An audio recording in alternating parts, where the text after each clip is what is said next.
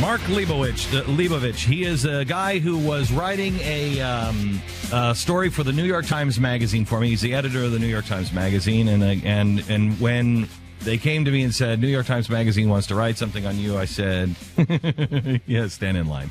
And I don't think so. And I was told, no, we've researched this guy. I said, yeah, you researched everybody. And it never works out well. And why would I do an interview with the New York Times? And they gave me a bunch of his stuff to read. And it was on just a myriad of different people. And he always seemed fair. And I don't know, I would blame it on being drunk at the time, but I was totally sober. And I said, all right. And the thing came out, and it was fair. And I liked him. And I liked him because he had natural curiosity. He was not going for the typical things. He was actually trying to understand me and understand my point of view and what we were trying to do. I don't ever see natural curiosity in a reporter. I should say rarely do I see it in a reporter. They come in, they know what they're going to write, what they're going to tell, and then they just find those things, and then it's already written before they ever sit down. Wasn't like that with Mark.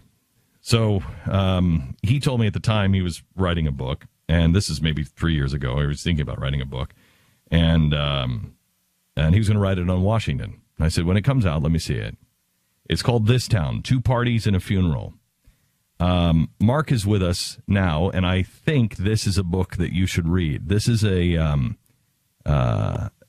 guy who was told, if I'm not mistaken, you stepped out of line. Oh, I'm told that every day now. Yeah. Yeah, no, I've given away the secret handshake. I've written about, look, I guess the tenor of the criticism about this book, and I guess it's a tough book, and it's tough on Democrats, and it's tough on Republicans, and it's certainly tough on the media, and it's tough for me because I'm a member of the media, and I live there, and these are people I go to work with. But the tenor of the criticism has been, how dare he? How dare anyone on the inside speak critically of others on the inside? And look, I'm very transparent. I mean, I live there. I live there of my own volition for now. I cover politics. I, for some reason, like politics. And, my family and I have a good life there. But, look, it's a very comfortable town, and it's the last place in America that should be as comfortable as it is. So I wanted to shake things up and name some names, and that's what I did. And it's been a little strange this summer, but mostly I've been out of town, and the response has been pretty amazing. I've been talking to several people on the inside, and they say, I can't say anything, Glenn. I can't violate these. I said, did you take an oath?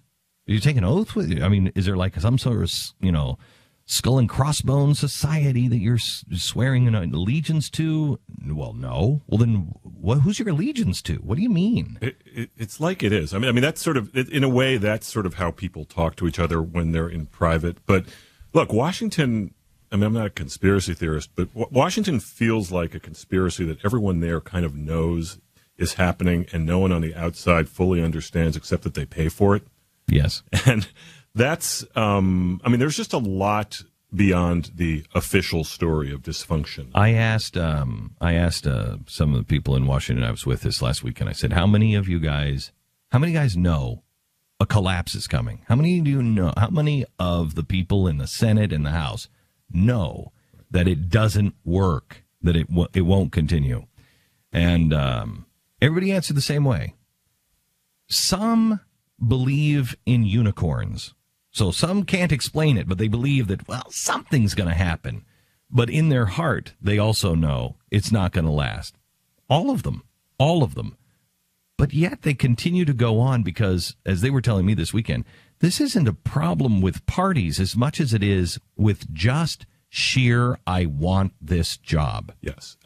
You said it better than I could. I mean, it's self-perpetuation. It's like when you get elected to office, when you get your ticket to the political class, you are set for life. You have joined this permanent feudal culture, in the words of Senator Coburn of Oklahoma, of people who are cashing in on this huge incredibly wealthy racket that has grown up in Washington, D.C., the wealthiest. They're not afraid of being voted out of office because they'll just become a consultant. They'll just go across the street. What's funny because they'll make more money. People are now routinely joking about, Boehner will be making 7 figures, or actually probably $5 million a year if he wants to, at some lobbying firm down the street, if he doesn't keep his speakership. I mean, people talk about this as the end all for John Boehner. I mean, think about it.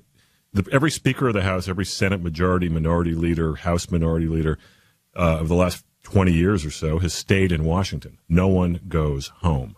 Okay. Over 50. So how do we fix this? It's a great question. You know what I would do? I would say this. I would, if I were sitting in Iowa talking to a presidential candidate or talking to a candidate for House or Senate or something, the first question I would ask them is, what are you going to do if you lose?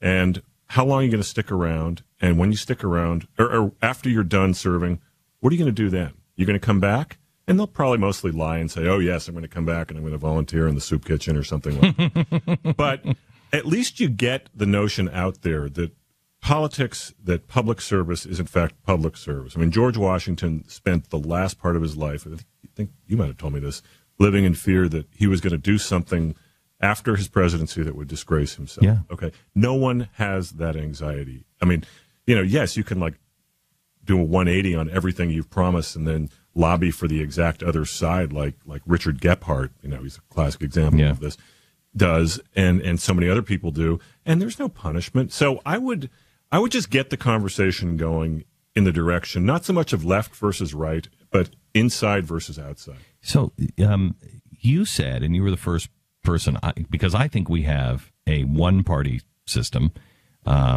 bordering on a two-party system, the Ted Cruzes and the Louis Gohmerts of the world that are kind of on this outside. But you say there's three-party. Explain. Well, I think the three parties, first of all, I think Washington itself is one big party. I think the big party here, the Uber party here, is what you see in Washington now, the party of the grown-ups, as they say, right? Everyone says, oh, well, the grown-ups will take over now and we'll kick this down the road again. Hang on, before you finish that, I want to tell you something that I'd like your opinion on, and I think this is kind of what you're saying here, in one sliver of it, is I was at the hotel this last weekend in Washington, D.C., right across the street from the White House. The IMF is in town, and all of the emerging countries, they were everywhere, and they were working in the lobby and everything else. Up on the 11th floor or something was cocktail hour, and it was all the Americans, and all the Americans are partying and living the high life, and all the emerging countries were actually having meetings. The ones who should be paying attention, we were drinking. We were having a blast. Have you ever been to the White House Correspondents' Dinner? Once, and I'll never go again. Okay, the White House Correspondents. I don't go anymore either. We're not allowed to go, which is I thank my bosses for not allowing me to go. But it is now a 5-day party because the achievements of the Washington establishment are no longer sufficiently celebrated with a single banquet.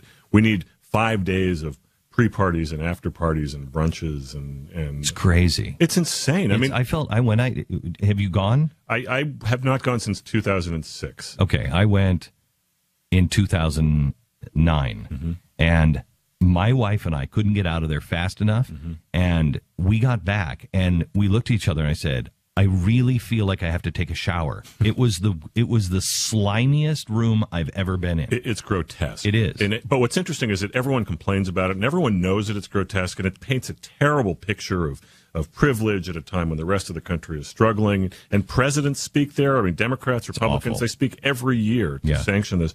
And they just keep going. No one can stop itself. It's like an addiction. It's started by? What was it? It started in 34. No. Wait, Woodrow Wilson? Yes. Was it Woodrow Wilson? Yes, it was Woodrow. Wow, I didn't know that. Yeah, Woodrow. It started as Wilson. Wow. Yeah, I don't want to. Don't get me started. Okay, so tell me about the three parties. Well, I think you have a sort of a centrist party, and then you have the sort of far left, and then you have a wing. You call it the Tea Party now, but a wing of the Republican Party that could very, very legitimately. I don't know if it break off formally, but they certainly have. I think here's what I think is going to happen, and you spend more time there. And I have a lot of friends. I mean, we just had Ann Coulter in yesterday, and she said this would be horrible and this won't happen. And I said, look at Charles Sumner. What happened to the Whig Party? In 1853, Charles Sumner is a guy who's starting a Republican Party. There's only 20 of them. They're the most hated people. Guy comes over across from the House, beats him to death, almost to death in the Senate because he's so hated. 7 years later, Abraham Lincoln is a Republican. Right. I mean, it changed overnight. I think with what's happening with Obamacare and the debt ceiling, and everything, all these horrible attacks, there's only really a couple of people that are standing up and saying, this is really what I believe. No games, nothing. This is what I believe. I think those guys are going to inspire a whole new generation if they're not eaten by the machine. Well, first of all, I agree. I mean, first of all, they're not alone. I mean, look at Ted Cruz's poll numbers. I mean, if you look at early presidential polls or something, I mean, Ted Cruz is going to be a serious candidate for president on the strength of what we're talking about here. Hold on just a second. I just want you to remember. Yeah. This is an editor of the New York Times Magazine saying that. I don't hear that from anybody else in the mainstream media. What you Cruz just is said. A serious candidate for president? Yeah. No, Cruz. Well, they should say it because it's true. I mean, look at the crowds he drew. I mean, it's a very, very real energy that if you take any time outside of Washington, you can see. But they won't say that. They say he's crazy. They say he's crazy. He's dangerous. But his own party is saying his own. I mean, I know. His own party now. I mean, you go. I don't think it is his party. I think you described this to me once. I think it was on the air. You said that center party is the McCain-Clinton party.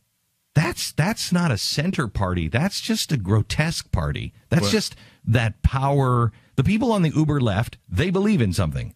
The Clintons, McCains, they just are in for their own power, and it's grotesque. Well, it's a status quo party, yes, right? And why mess with the status quo when, I mean, look, Bill Clinton is making has made $110 million in speaking fees since he left the White House. I mean, that is the kind of racket that is available to public figures now. When Harry and Bess Truman left the White House, the argument was, let's fly.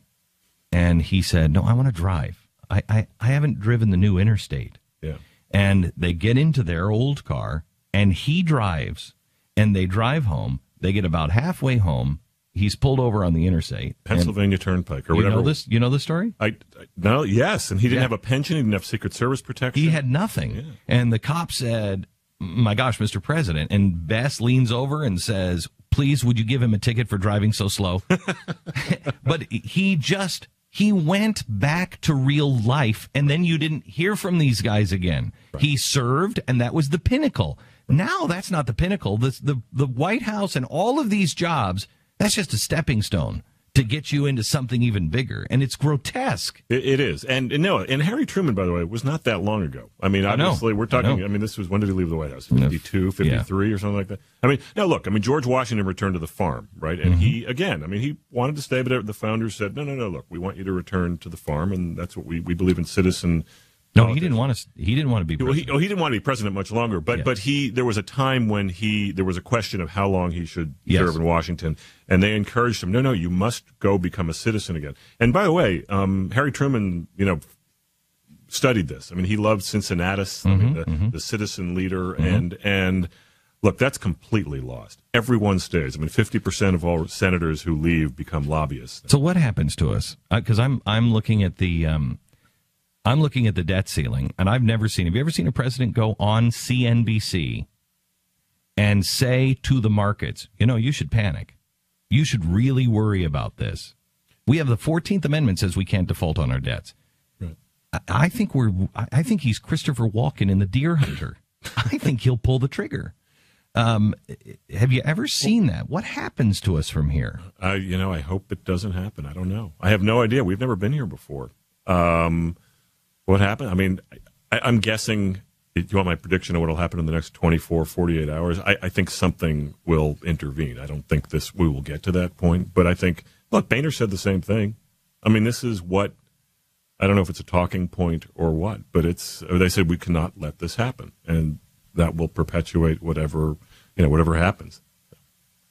How disconnected What do Americans need to know that you just don't think they really understand? The full extent of the culture that we're talking about. People have an intuitive sense that, Washington, it's a swamp. Because people, when they run for office, they say, I'm going to drain the swamp. And then they become an alligator. They settle in like a warm whirlpool bath. Right? Yeah. They just become part of it. Club. People, what I hope that this book does is allows people to hate Washington with a greater degree of detail and specificity.